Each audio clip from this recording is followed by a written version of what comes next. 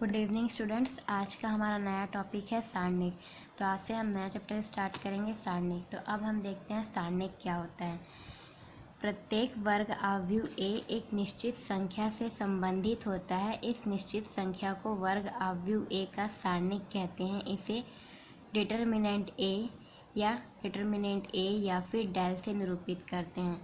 ध्यान देंगे, कभी भी कोई भी आव्यूह है, अगर कोई आव्यूह की हम कोई भी आव्यूह लेते हैं, वर्ग आव्यूह, चाहे वो 2x2 का मैट्रिक्स हो, 3x3 का हो, 4x4 का हो, n×n का कोई भी आपके पास आव्यूह है, उस आव्यूह की एक निश्चित वैल्यू होती है। ध्यान रखिएगा, सारणिक हमेशा वर्ग आव्यूह का ही होता है।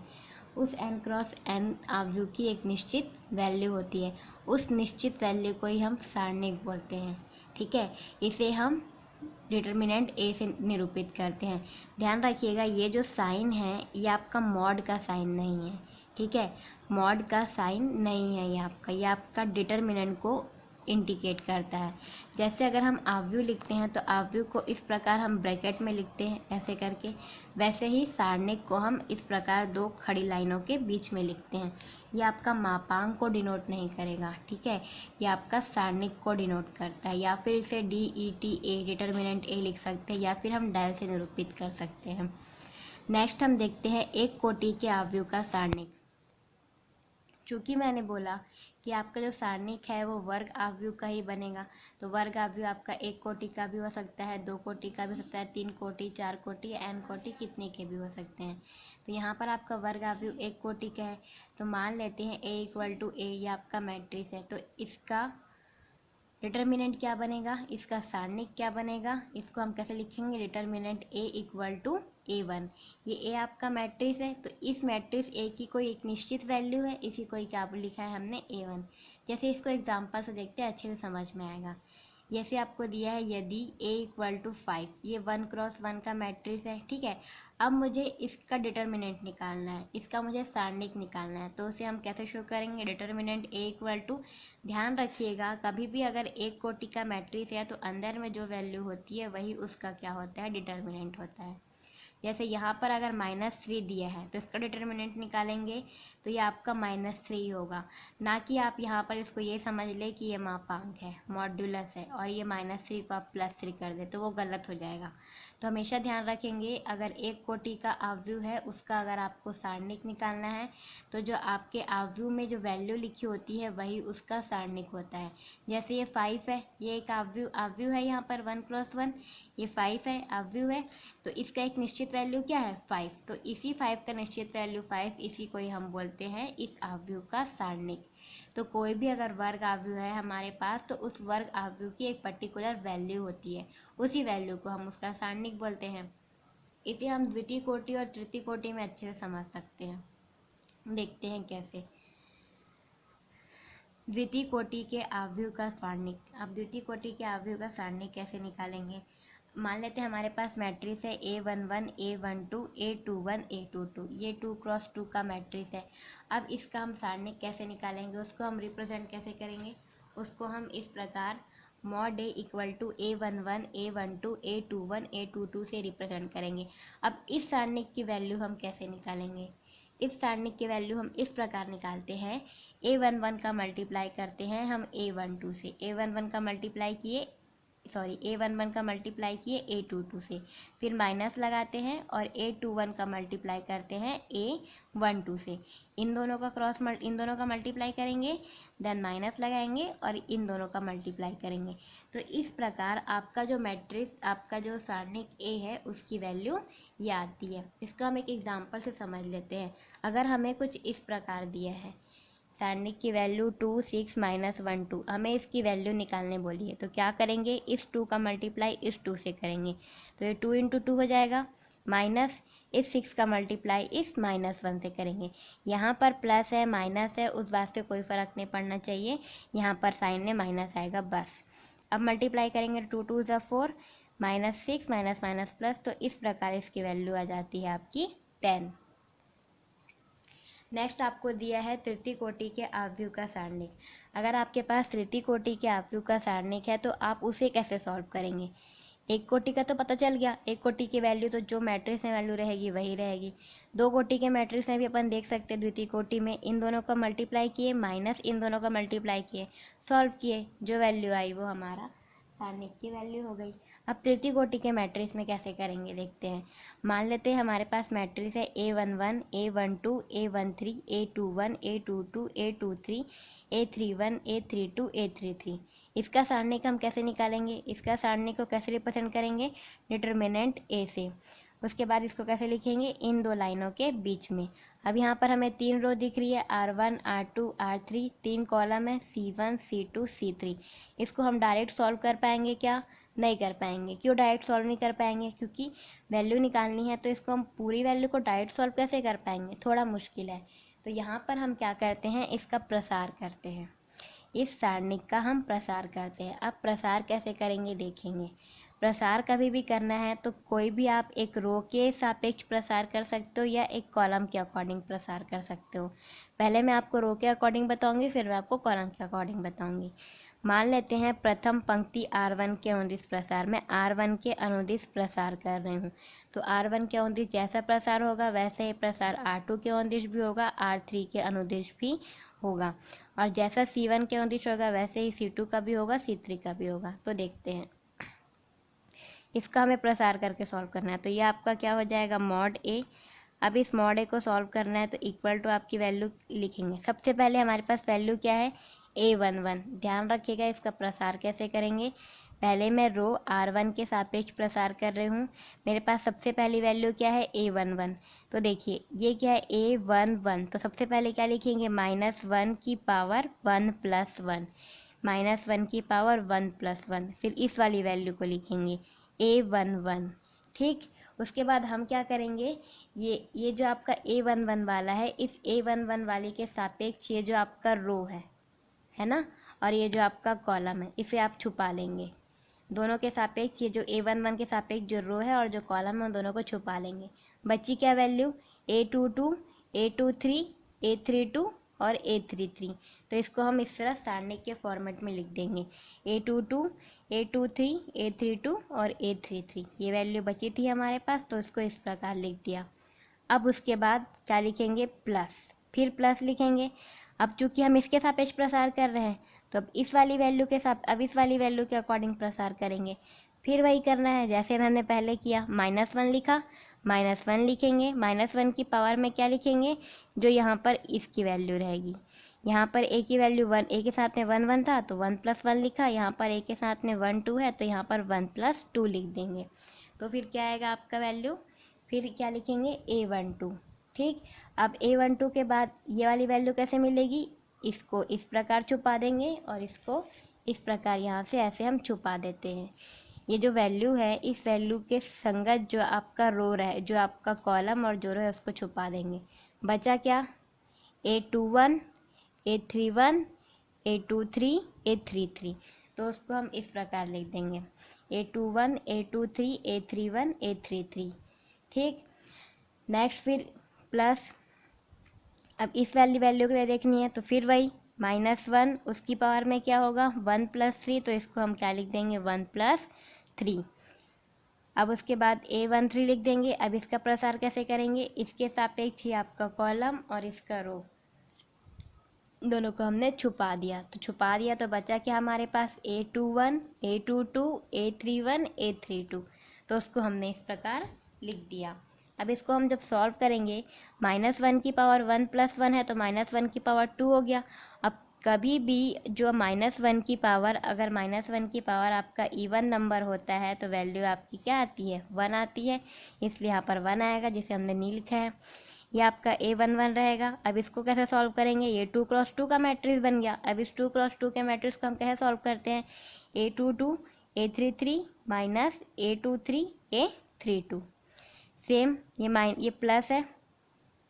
अब -1 की पावर 1 + 2, तो अगर -1 की पावर अगर आपका ऑड नंबर आता है तो वैल्यू हमेशा क्या आती है, -1। तो इसकी पावर ऑड नंबर आ गया, वैल्यू यहाँ पर क्या आ जाएगी, इसकी जगह पर -1। अब ये प्लस माइनस क्या आ जाएगा, माइनस, और A12। इसको फिर वैसे ही सॉल्व करेंगे हम, A21, A33 मल्टीप्लाई हो जाएगा दोनों का, इसका इस प्रकार मल्टीप्लाई, क्रॉस मल्टीप्लाई कर रहे हैं, माइनस, और ये इससे मल्टीप्लाई हो जाएगा A23 A31।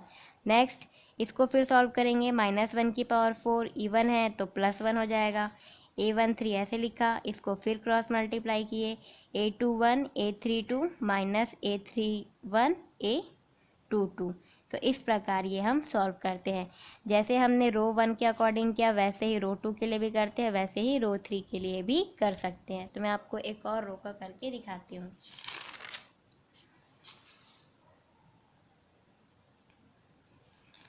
जैसे यहाँ पर आपको दिया है द्वितीय पंक्ति R2 के अनुदिश प्रसार। अब हम द्वितीय पंक्ति के अनुदिश प्रसार कर सकते हैं, मतलब ये हमारा इसके अकॉर्डिंग हमको प्रसार करना है। तो इसके लिए हम सबसे पहली वैल्यू हमारे पास क्या है A21, तो क्या लिखेंगे -1 की पावर नीचे वाली वैल्यू 2 + 1, फिर इसी वैल्यू को लिख दो A21। उसके बाद इसके अनुदिश जो आपका रो है और जो कॉलम है उसको आप क्या कर दीजिए, छुपा लीजिए। बचा क्या आपके पास A12 A13, ये बचा A12 A13 A32 A33, उसको इस प्रकार लिख लेंगे। ठीक, उसके बाद फिर प्लस लगाएंगे, जैसे यहाँ पर किया सेम वैसी -1 की पावर, ये वाली वैल्यू कहाँ से पता चलेगी, अब इस वाली वैल्यू के लिए निकालना है, -1 की पावर 2 + 2, क्योंकि यहाँ पर आपका 2 है तो ये 2 + 2 हो गया। A22 को A22 लिख लीजिए। उसके बाद फिर जो वैल्यू है आपकी उसके जो ये जिस रो और जिस कॉलम में आ रहा है, ये सेकंड कॉलम में है तो सेकंड कॉलम को इस प्रकार छुपा लीजिए, और सेकंड रो में है तो सेकंड रो को ऐसे करते हैं, सेकंड रो को हमने इस प्रकार छुपा लिया। बचा क्या हमारे पास value A11 A13 A31 A33, तो उसको हम इस प्रकार लिख देते हैं। नेक्स्ट फिर आपका प्लस, फिर -1 की पावर क्या लिखेंगे, जो यहाँ पर दिया रहेगा 2 + 3। अब A2 + 3 इंटू इसके अकॉर्डिंग, इसके अनुसार जो आपका रो है और जो आपका कॉलम है इसको आप छुपा लेंगे। वैल्यू क्या मिली आपको A11 A12 A31 A32, तो इस प्रकार इसे हम लिखेंगे। फिर यहाँ पर आ गया आपका 2 + 1 यानी कि -1 की पावर 3, तो वैल्यू क्या आ गई A21, क्रॉस मल्टीप्लाई करेंगे तो A12 A33 -A13 A32। यहाँ पर फिर -1 की पावर 4 तो +1 हो जाएगा, ये A22 क्रॉस मल्टीप्लाई किए A11 A33 -A13 A31। Next फिर ये -1 की पावर 2 + 3 है, ये -1 की पावर 2 + 3 यानी कि 5 हो गया, यानी -1 की पावर 5 तो माइनस ये A23 तो ये A233, इन दोनों का क्रॉस मल्टीप्लाई किए A11 A32 -A31 A12। तो इस प्रकार हम इसको सॉल्व करते हैं। अब नेक्स्ट हम देखते हैं प्रथम स्तंभ C1 के अनुदिश प्रसार। अब आपके पास अब हम ये तो हमने रो के अकॉर्डिंग प्रसार किया, अब हम देखते हैं कॉलम के अकॉर्डिंग हम प्रसार कैसे करते हैं। कॉलम के अकॉर्डिंग प्रसार करने के लिए भी सेम वही टेक्निक यूज़ करेंगे। फर्स्ट कॉलम के अकॉर्डिंग हम प्रसार कर रहे हैं तो सबसे पहले हमें किसके लिए वैल्यू निकालनी है A11 के लिए। कुछ नहीं करना है, जैसे पहले हमने किया -1 लिखेंगे, -1 की पावर क्या लिखेंगे, चूँकि ये A11 है इसलिए A11 रहेगा। A11 अवयव जो है कौन से रो में पड़ रहा है आपका, इस वाले आपके रो में पड़ रहा है फर्स्ट रो फर्स्ट कॉलम, तो इसको छुपा लीजिए। वैल्यू क्या बची A22 A23 A32 A33, तो इसको इस प्रकार लिख लेंगे। नेक्स्ट फिर प्लस, ये आपका है -A की पावर 2 1 तो A21, तो ये क्या हो जाएगा -1 की पावर 2 + 1। अब इसके अकॉर्डिंग जो आपका रो और कॉलम है इसको छुपा लेते हैं, तो हमारे पास वैल्यू क्या आती है A12 A13, यहाँ पर आपका A32 और A33। नेक्स्ट आपका A31 है तो -1 की पावर प्लस -1 की पावर 3 + 1, तो इस अवयव के अकॉर्डिंग ये आपका ये रो और ये कॉलम इसको छुपा लेते हैं। बचता क्या है हमारे पास, ये A31 तो वैसे ही लिखेंगे, A12 A13 A22 A23, तो इस प्रकार हम इसको सॉल्व करते हैं। अब हम इसको फिर से डिस्क्राइब कर लेते हैं, पूरा एक्सप्लेन करेंगे तो क्या हो जाएगा -1 की पावर 1 + 1 -1 की पावर 2, यानी कि यहाँ पर ये +1 हो जाएगा। ये A11 क्रॉस मल्टीप्लाई करेंगे, A22 A33 minus A23 A32। Same यहाँ पर -1 की पावर 2 + 1 यानी कि -1 -1 ये हो जाएगा, प्लस माइनस माइनस, A21 का A21 A12 A33 दोनों को क्रॉस मल्टीप्लाई कर देंगे, माइनस A32 A13 को क्रॉस मल्टीप्लाई कर दिया, प्लस -1 की पावर 3 + 1 है तो ये आपका हो जाएगा 4, यानी A31, देन आपका A31 इन दोनों को क्रॉस मल्टीप्लाई किया, A12 A23 इन दोनों को क्रॉस मल्टीप्लाई किया, A13 A22। तो इस प्रकार हम कॉलम के अकॉर्डिंग भी प्रसार कर सकते हैं। तो अब एक चीज़ ध्यान रखना है, कभी भी अगर हम प्रसार कर रहे हैं, चाहे वो रो के अकॉर्डिंग हो चाहे वो कॉलम के अकॉर्डिंग हो, जहाँ पर आपके शून्य ज़्यादा होंगे उसके अकॉर्डिंग हम प्रसार करेंगे। अगर वो रो में शून्य ज़्यादा है तो उस रो के अकॉर्डिंग करेंगे, अगर कॉलम में शून्य ज़्यादा है तो कॉलम के अकॉर्डिंग प्रसार करेंगे। ठीक है, तो इस चीज़ को हम एग्जाम्पल से समझते हैं।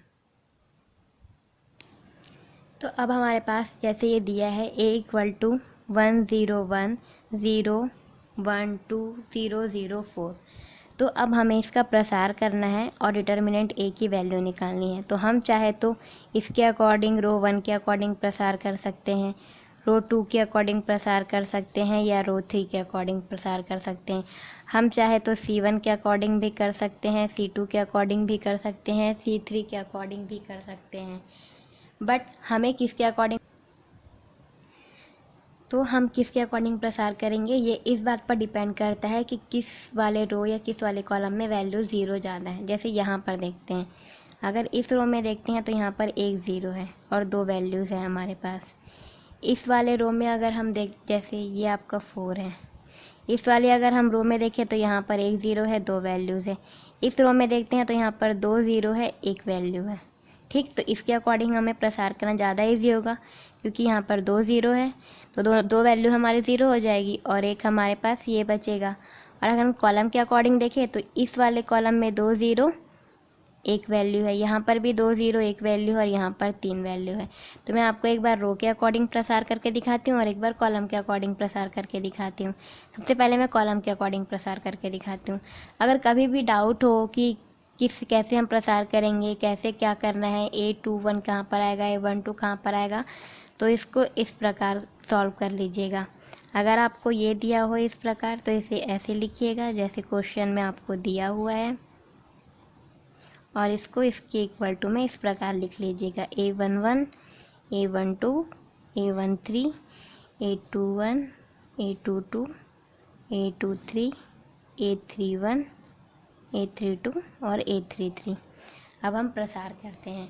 मैं सबसे पहले यहाँ पर कॉलम के अकॉर्डिंग प्रसार करके दिखा रही हूँ। तो अगर मैं इसके अकॉर्डिंग प्रसार करूँगी तो डिटर्मिनेंट A मेरा क्या होगा, सबसे पहले ये कौन सा वैल्यू है, A11 है, तो लिखूँगी -1 की पावर 1 1 है तो 1 + 1। अब फिर क्या करते हैं, ये जो वैल्यू है उसको लिखते हैं, तो मैं ये वाली वैल्यू 1 को लिख देती हूँ। अब 1 क्या, जो इस रो और जिस कॉलम में पड़ता है उस रो और उस कॉलम को मैं क्या करती हूँ, छुपा लेती हूँ, और जो वैल्यू बचती है उसको डिटर्मिनेंट के रूप में लिखती हूँ। डिटर्मिनेंट के रूप में लिखूँगी तो ये बचा 1 2 0 4।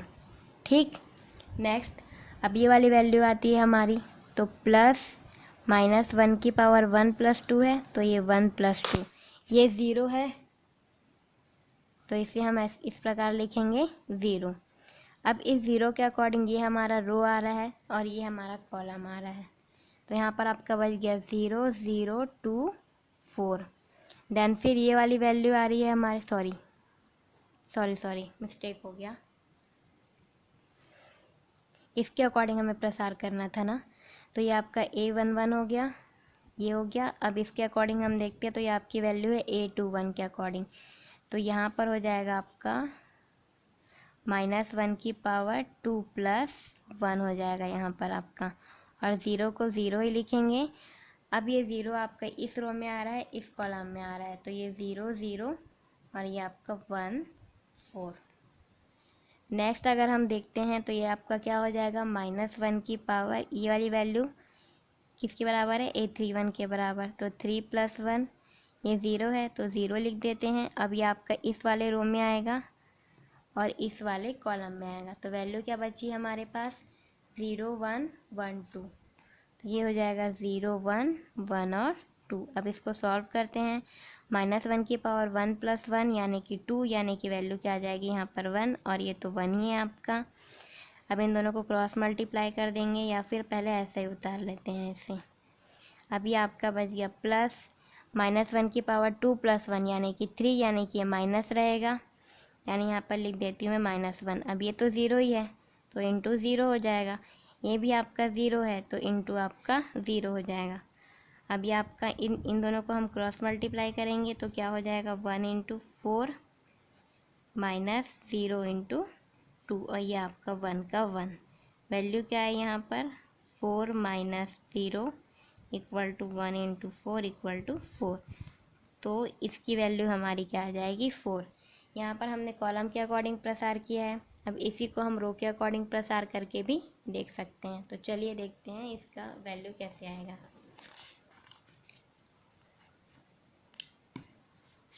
यहाँ पर हमें दिया था mod A = 1 0 0 0 1 1 2 0 4।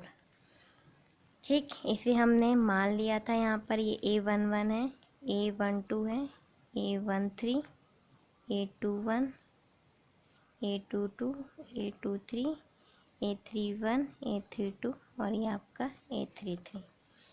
अब मैं इसके अकॉर्डिंग प्रसार करके देखती हूँ। इसके अकॉर्डिंग जब मैं प्रसार करूँगी तो मुझे ये वाली वैल्यू निकालने की ज़रूरत है। ये वाली वैल्यू निकालने की ज़रूरत है क्या? नहीं है। क्यों नहीं है ज़रूरत? क्योंकि दोनों ज़ीरो है, वैल्यू मेरी ज़ीरो हो जाएगी।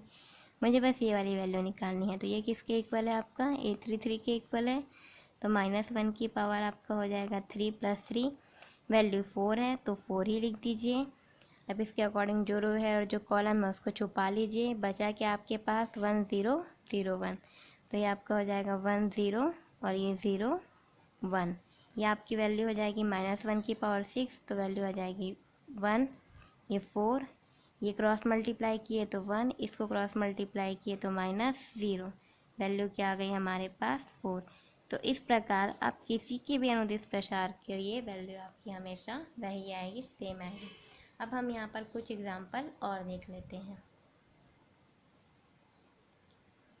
हाँ, तो एक एग्जाम्पल यहाँ पर जैसे आपको दिया है 2 7 -2 -10 5।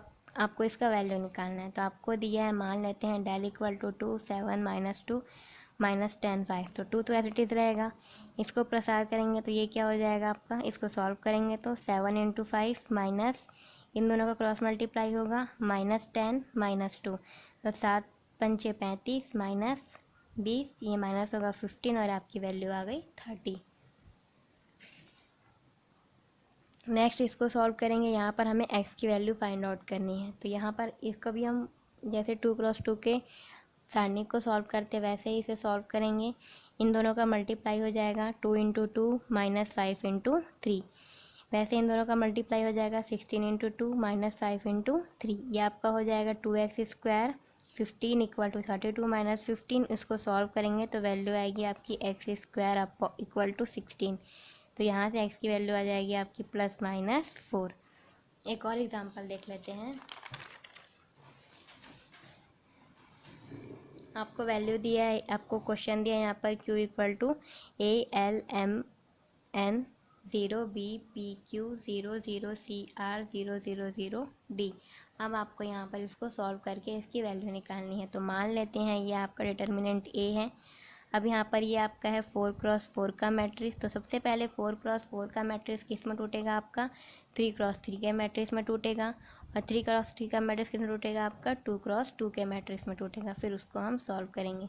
तो इसको हम इस कॉलम के अकॉर्डिंग सॉल्व करेंगे तो ज़्यादा ईजी पड़ेगा, क्योंकि यहाँ पर आपका 3 0 है और एक वैल्यू है। चाहे तो इस रो के अकॉर्डिंग भी सॉल्व कर सकते हैं। यहाँ पर 3 0 है, एक वैल्यू है, तो आप किसी के भी अकॉर्डिंग इसे सॉल्व कर सकते हैं। बट अगर इसे हम first column, first row, second row, third row के अकॉर्डिंग सॉल्व करते हैं तो हमारी कैलकुलेशन ज़्यादा हो जाएगी। इसलिए हम सॉल्व वहाँ से करते हैं जहाँ पर आपकी मैक्सिमम वैल्यू 0 होती है। तो जब हम इसका प्रसार करेंगे तो ये जो वैल्यू है ए, ये किसके इक्वल होगा? आपका A11 के इक्वल होगा। तो -1 की पावर क्या आ जाएगा? 1 + 1 देन ए, तो इसको ए ही लिख दिया। उसके बाद जो आपकी वैल्यू है A11 का, ये आप वैल्यू है, -1 की पावर 1 + 1 लिखिए। A11 की वैल्यू क्या है? ए, तो उसको ए ही रख दीजिए। फिर ए जिस कॉलम और जिस रो में आता है उन दोनों को आप छुपा लेंगे। इसको हमने इस प्रकार छुपा लिया तो हमारे पास वैल्यू क्या बची? BPQ 0CR 00D। तो इस प्रकार हम ऐसे इसको लिख लेते हैं। नेक्स्ट होगा आपका -1 की पावर 2 + 1, ये 0 है तो इसको एज इट इज़ 0 ही लिखेंगे। अब ये जिस रो और जिस कॉलम में आता है उसे छुपा लीजिए। बचा क्या? LMN 0CR 00D। तो इस प्रकार नेक्स्ट वाले अगर वैल्यू को सॉल्व करेंगे तो वो भी हमें आपका 0 और 0 ही मिलेगा। जैसे ये 0 मिलेगा, मैंने बस एक बार सॉल्व करके आपको दिखा दिया है। नेक्स्ट -1 की पावर 1 + 1 है तो -1 की पावर आपका 2 हो गया, -1 का स्क्वायर हो गया, यानी वैल्यू आपकी +1 हो गई, यानी ये ए। और ये वैल्यू आपने एज इट इज़ उतार दिया। ये बाकी सारी वैल्यू तो हमारी 0 है।